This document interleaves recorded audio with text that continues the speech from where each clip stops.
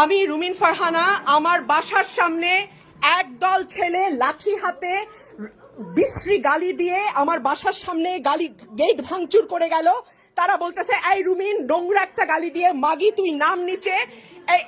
এক্ষুনি আমার বাসার সামনে গেল। আপনারা এলিফ্যান্ট রোডে আসেন, আমি আমার মার সঙ্গে একা থাকি।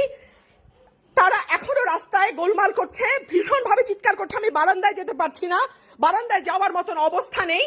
তারা ইতিমধ্যেই আমাদের ভাইদের রক্ত ঝরিয়েছে, আমাদের বোনদের রক্ত ঝরিয়েছে, আমাদের স্টুডেন্টদের রক্ত ঝরিয়েছে। তারা আমার পুরো বাসা আমি অন্ধকার করতে বাধ্য হয়েছি।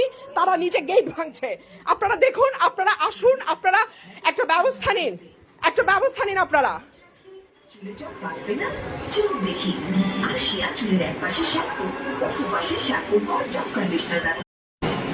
আমি রুমিন ফারহানা, আমার বাসার সামনে একদল